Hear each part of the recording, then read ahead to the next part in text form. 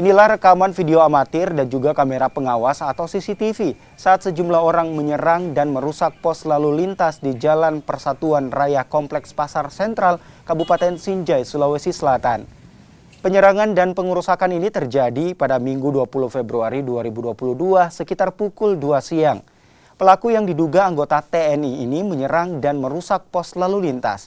Dugaan sementara kasus penyerangan ini merupakan imbas dari kesalahpahaman antara seorang oknum polisi Sinjai dan juga oknum TNI hingga memicu pengerusakan.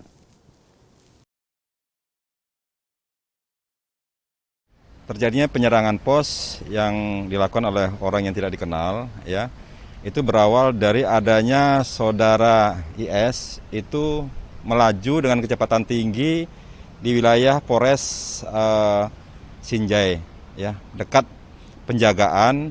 Itu kendaraan itu menggunakan bunyi knalpot yang cukup keras, itu berkali-kali di sana.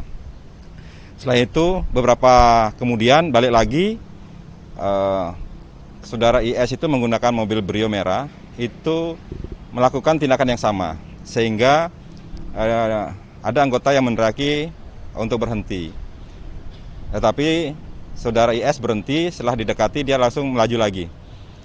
Selanjutnya diikuti oleh saudara Ibrahim yang digonceng oleh temannya, Bribtu IJ, itu menemukan saudara IS untuk mengklarifikasi mengapa melakukan tindakan seperti itu.